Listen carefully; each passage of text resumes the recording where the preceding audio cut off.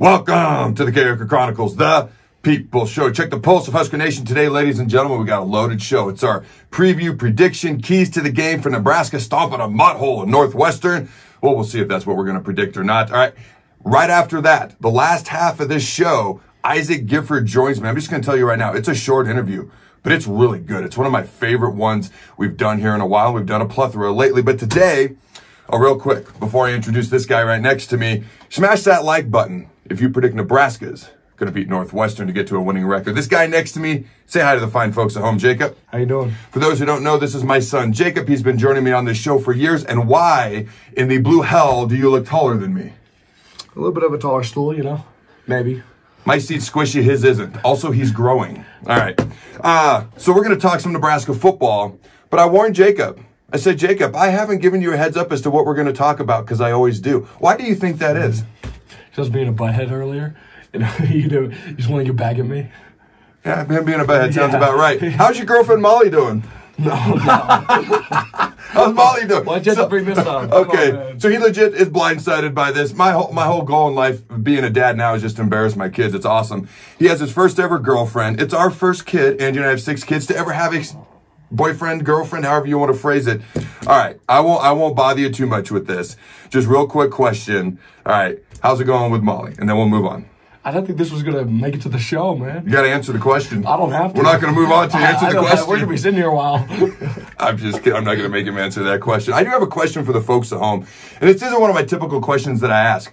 Is 14 too young for kids to be dating? Obviously, we're letting ours do it. Wild, Wild West, I guess. Let me know your thoughts in the comments below. All right, you want to talk a little Nebraska football? Sure. Tell Molly hi.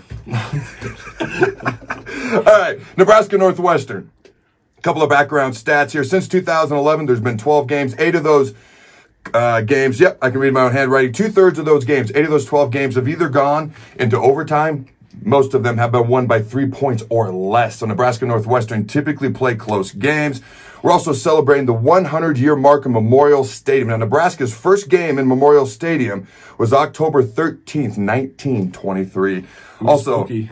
It is spooky. All right, also, Saturday's game versus Northwestern will be the Huskers' 592nd game in the 100-year history of Memorial Stadium. Now, a little bit about these two teams. Northwestern's offense ranks 118th in the country, all right, averaging in rush yards, averaging 103 rush yards per game. Nebraska's defense is 3rd in the country, only allowing 75 rush yards per game, so I like that matchup. All right, Northwestern is 120th in the country in total offense, averaging 306 yards per game. Nebraska's defense is 24th in the country, allowing 323 yards per game. Now, Northwestern's defense is a little bit better in their offense, all right, 55th in the country in total defense. Nebraska's offense, 120th in the country, 19 points per game. We could have a lower scoring contest here, ladies and gentlemen, but we'll see on Saturday. The Wildcats' scoring defense is 77th in the country, allowing 27 points per game. And before we get to the keys, which Jacob's going to help me with, and our predictions, okay, Jacob's actually ahead of me so far this year.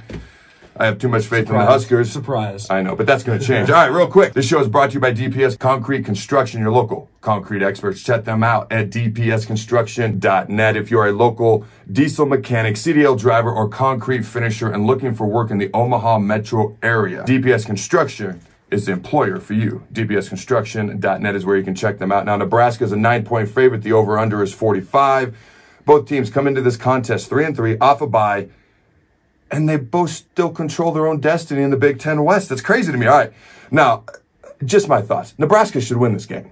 We absolutely should win this game. I've enjoyed watching an inspired Northwestern team play all year. They play inspired football, but they were just outgained in their last game by the Howard Bison.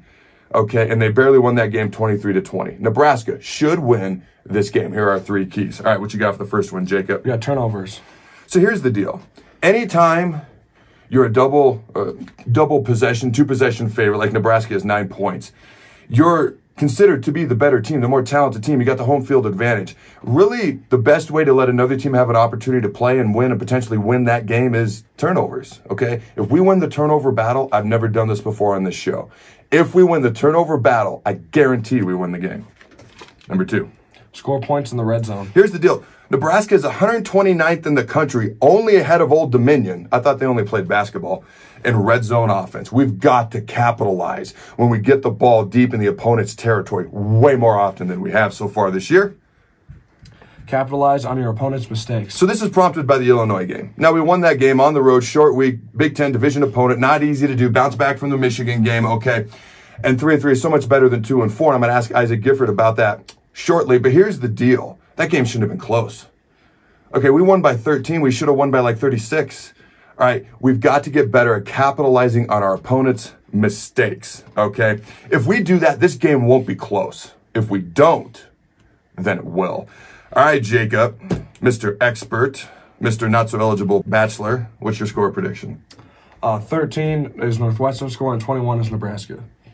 So originally, a little bit lower than I have, but not too bad actually now that I look at it. Originally, I had a bigger separation. And then I started to replay that Illinois game in my head. Now, we won double digits on the road, like I talked about.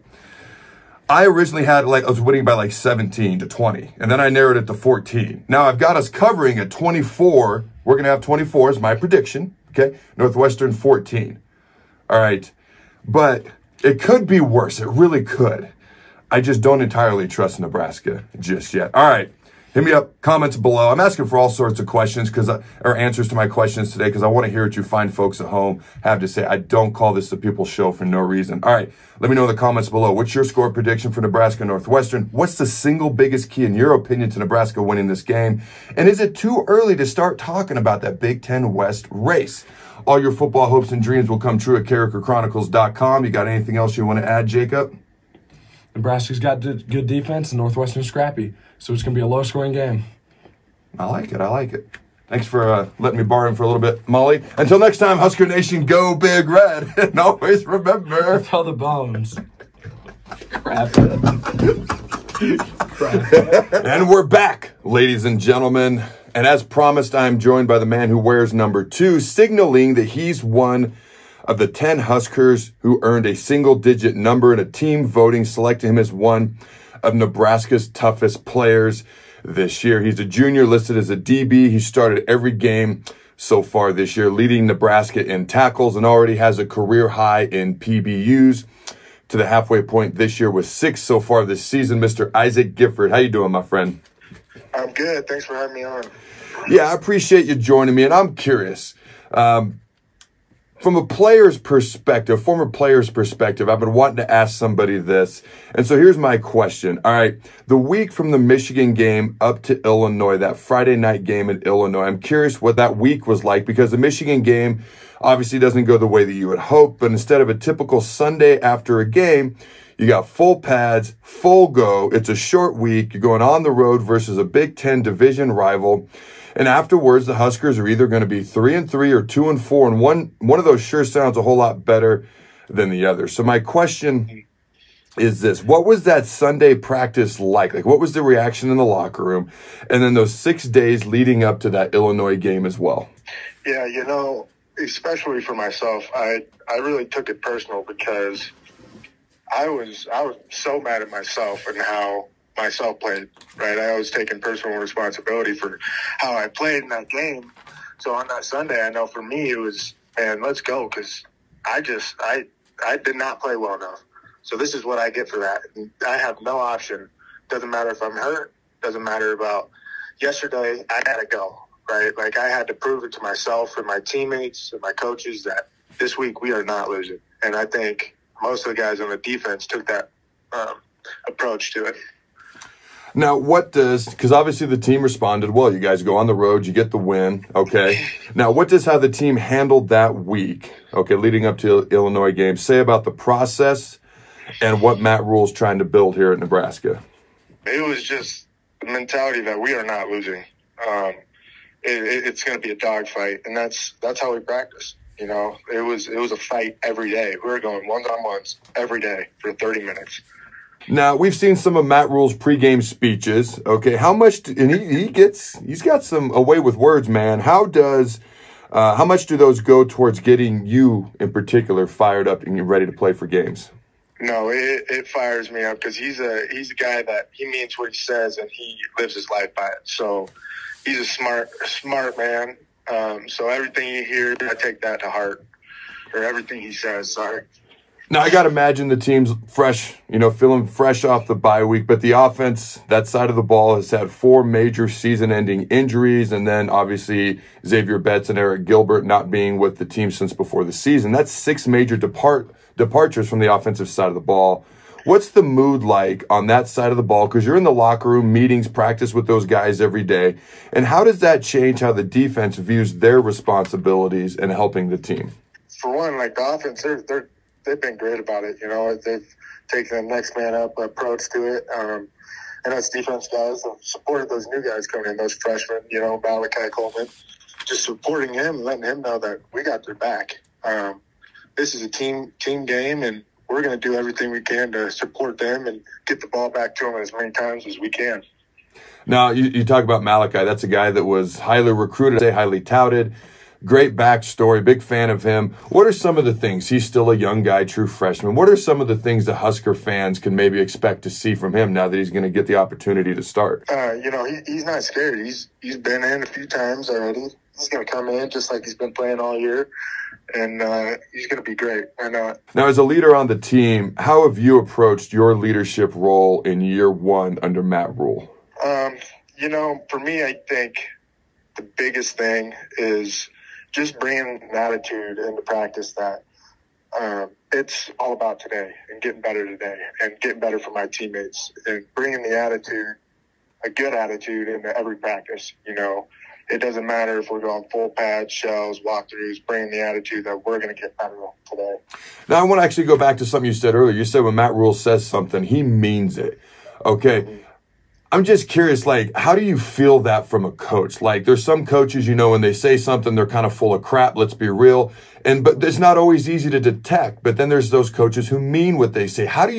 What comes across to you that that he means what he says? It's little things about, accountability, right?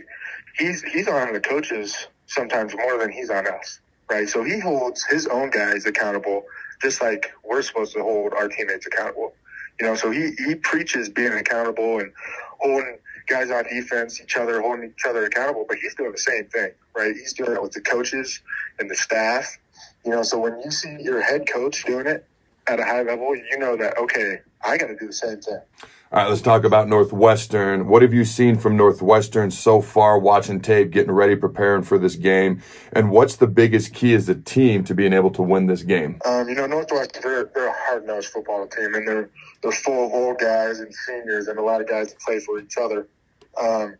So for us, it's going to be we gotta play our game, and we got to be RDV. We got to be physical, and we got to play like we just got our butt whooped by Michigan again. Now you're heading down the stretch here, last half of the season. I'm curious what defensive coordinator Tony White's message has specifically been for the Blackshirts and the defense. It's kind of along the same lines that I've just been saying. We got to be better, right? Nothing's good enough.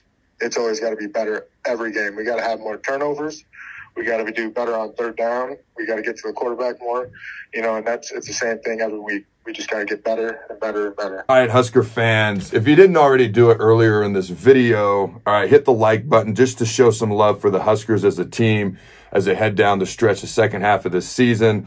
Also, comment below and just let Isaac know that you're rooting for him, and just say something positive on Isaac's behalf, the defense's behalf, and let these guys know that you're supporting them. And until next time, Husker Nation, go Big Red, and always remember, throw the bones.